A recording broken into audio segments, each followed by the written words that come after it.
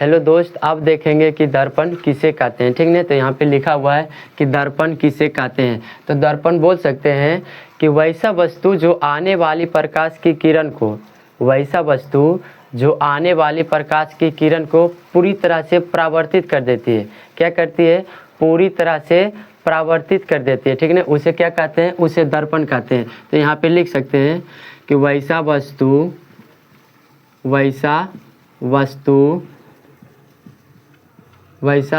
जो आने वाली प्रकाश की किरण की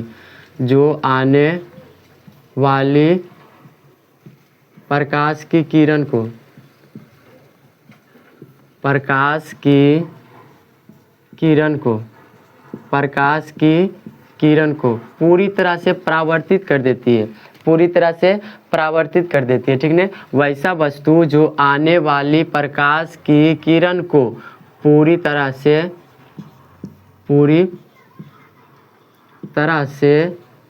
परावर्तित कर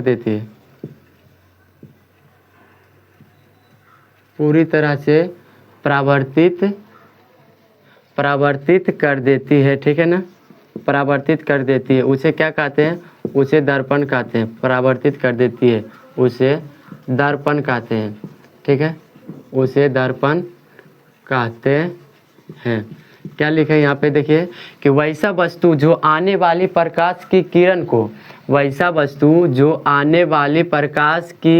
को पूरी तरह से परावर्तित कर देती है, उसे क्या कहते हैं? उसे दर्पण कहते हैं। तो दर्पण के दो प्रकार होता है। पहला देखेंगे समतल दर्पण, उसके बाद देखेंगे गोलीय दर्पण। ठीक है ना, तो यहाँ पे लिख सकते हैं कि दर्पण के दो प्रकार। ठीक है ना, दर्पण के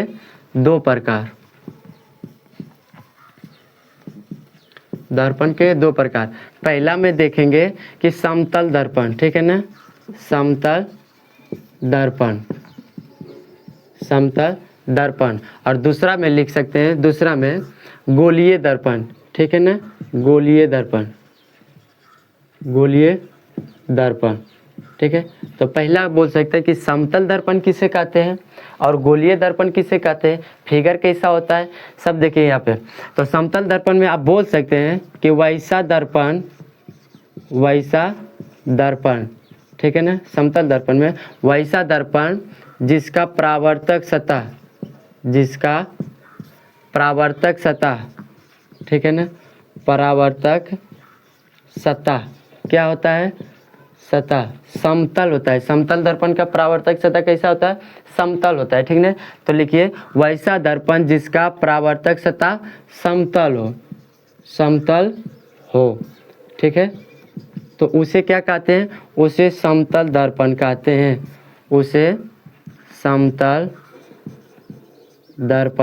हैं। ठीक है, समतल दर्पण कहते हैं। वैसा दर्पण जिसका परावर्तक सतह समतल हो, उसे समतल दर्पण कहते हैं। ठीक है, देखिए यहाँ पे फिगर इस प्रकार से। एक क्या है? समतल दर्पण, नीचे रंग देना है। ठीक है ना, ये क्या है? ये समतल दर्पण। यहाँ पे लिख सकते हैं समतल दर्पण। ठीक है, समतल दर्पण रंगा हुआ भाग है। अब देखिए, अब आते हैं कि गोलीय दर्पण किसे कहते हैं। गोलीय दर्पण के कितने प्रकार होते हैं? तो गोलीय दर्पण के दो प्रकार होते हैं। एक होता है उत्तल दर्पण और दूसरा होता है अवतल दर्पण। ठीक है, तो इसमें लिख सकते हैं गोलीय दर्पण में कि वैसा दर्पण जिसका किसका? तो गोलीय दर्पण का। तो वैसा दर्पण जिसका परावर्तक सतह क्या हो? जब इस समतल दर्पण का परावर्तक सतह समतल हो, कैसा हो? समतल होता है। तो गोलीय दर्पण का परावर्तक सतह कैसा होगा? गोल होगा। ठीक है, तो वैसा दर्पण जिसका परावर्तक सतह गोल हो। ठीक है ना, गोल हो, उसे गोलीय दर्पण कहते हैं। उसे गोलीय दर्पण कहते हैं। ठीक है ना, इसका फिगर देखिए गोलीय दर्पण का। तो इसमें सिर्फ एक ठो गोल पार देना है। ये क्या है? गोलीय दर्पण। एक लाइन ऐसे खींचेंगे तो ये हो जाता है प्रधान अक्ष। क्या होता है? प्रधान अक्ष, या इसको मुख्य अक्ष बोलते हैं, ठीक है ना, प्रधान अक्ष या मुख्य अक्ष। ये क्या हो गया है? तो ये हो जाता है गोलीय दर्पण। नीचे में लिख दीजिए गोलीय दर्पण, ठीक है, गोलीय दर्पण। आप देखेंगे कि गोलीय दर्पण के कितने प्रकार होता है। तो गोलीय दर्पण के दो प्रकार होता है। पहला होता है उत्तल दर्पण, दूसरा होता है अवतल दर्पण, ठीक है। हेलो दोस्त, आप देखेंगे कि गोलीय दर्पण के दो प्रकार कौन कौन से होते हैं। तो उत्तल दर्पण और अवतल दर्पण, ठीक है ना। तो लिख सकते हैं यहाँ पे गोलीय दर्पण के दो प्रकार। पहला में लिखिए आप उत्तल दर्पण, उत्तल दर्पण, ठीक है ना। और दूसरा में लिख सकते हैं कि अवतल दर्पण, उत्तल दर्पण और अवतल दर्पण, ठीक है ना, उत्तल दर्पण और अवतल दर्पण, ठीक है। तो देखिए पहला का परिभाषा लिख सकते हैं कि उत्तल दर्पण किसे कहते हैं, अवतल दर्पण किसे कहते हैं। तो उत्तल दर्पण हो जाता है वैसा दर्पण जिसका परावर्तक सतह उभरा हो, उसे क्या कहते हैं? उत्तल दर्पण कहते हैं, ठीक है। जैसे देखिए यहाँ पे लिखना है उत्तल दर्पण, उत्तल दर्पण, ठीक है ना, देकर डैश किसे कहते हैं। तो इसमें लिखिएगा कि वैसा दर्पण, वैसा दर्पण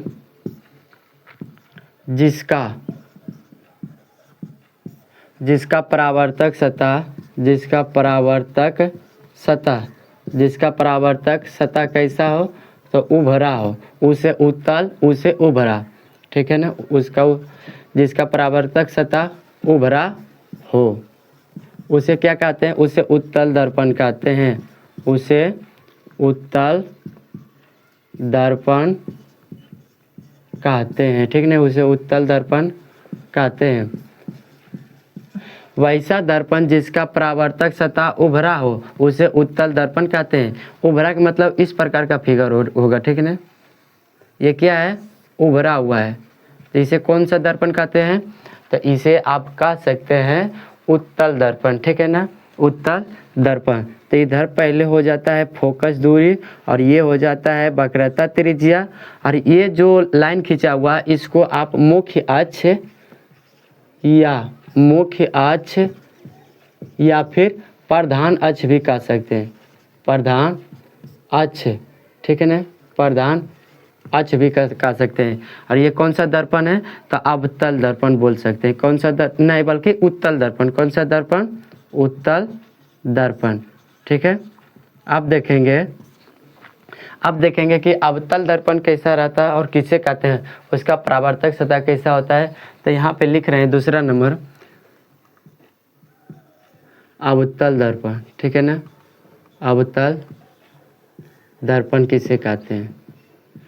इसमें आप लिख सकते हैं कि वैसा दर्पण जिसका परावर्तक सतह क्या हो? धसा हो। वैसा दर्पण जिसका परावर्तक सतह क्या हो? धसा हो।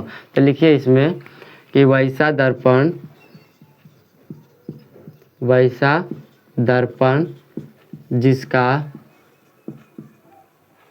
जिसका परावर्तक सतह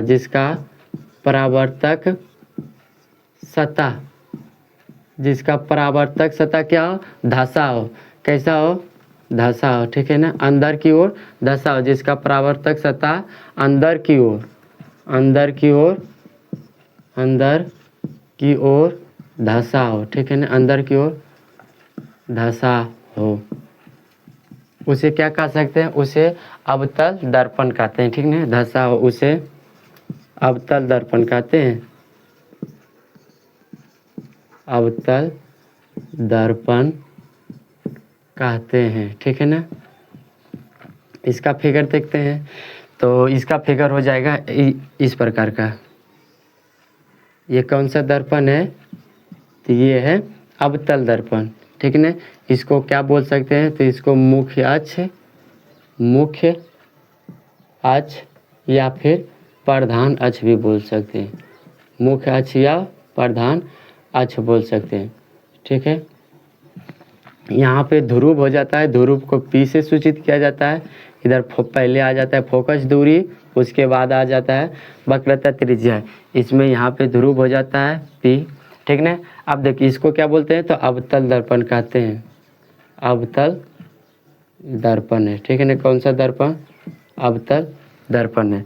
तो पहला बताएं कि समतल दर्पण किसे कहते हैं, दूसरा बताएं गोलीय दर्पण किसे कहते हैं, गोलीय दर्पण के कितने प्रकार, तो गोलीय दर्पण के 2 प्रकार, पहला उत्तल दर्पण, दूसरा अवतल दर्पण। उत्तल दर्पण किसे कहते हैं, तो वैसा दर्पण जिसका परावर्तक सतह उभरा उसे उत्तल दर्पण कहते हैं। अवतल दर्पण तो वैसा दर्पण जिसका परावर्तक सतह अंदर की ओर धंसा उसे अवतल दर्पण कहते हैं। अब बताएंगे आपको कि दर्पण सूत्र किसे कहते हैं, फॉर्मूला कौन सा होता है, ठीक ना। तो देखिए आप लिख सकते हैं कि दर्पण में वस्तु दूरी को U से सूचित करते हैं, वस्तु दूरी, ठीक है ना, इसको U से सूचित करते हैं।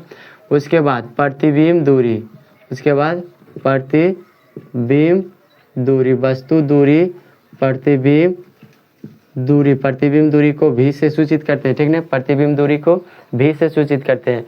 और वस्तु दूरी, प्रतिबिंब दूरी और फोकस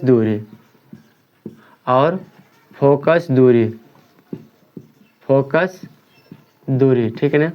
वस्तु दूरी, प्रतिबिंब दूरी और फोकस दूरी, इसको आप F से सूचित करते हैं, क्या चीज़ से, F से। तो हो जाता है दर्पण में वस्तु दूरी, प्रतिबिंब दूरी और फोकस दूरी के बीच बने संबंध को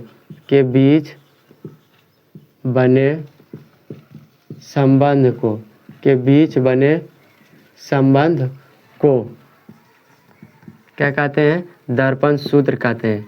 क्या कहते हैं, दर्पण सूत्र कहते हैं, ठीक है ना, दर्पण सूत्र कहते हैं। तो दर्पण में वस्तु दूरी यानी U, प्रतिबिंब दूरी यानी V और फोकस दूरी यानी कि F के बीच बने संबंध को क्या कहते हैं, दर्पण सूत्र। फॉर्मूला हो जाता है 1/F, 1/F बराबर 1/U प्लस 1/V, यही फॉर्मूला आता है, ठीक है ना।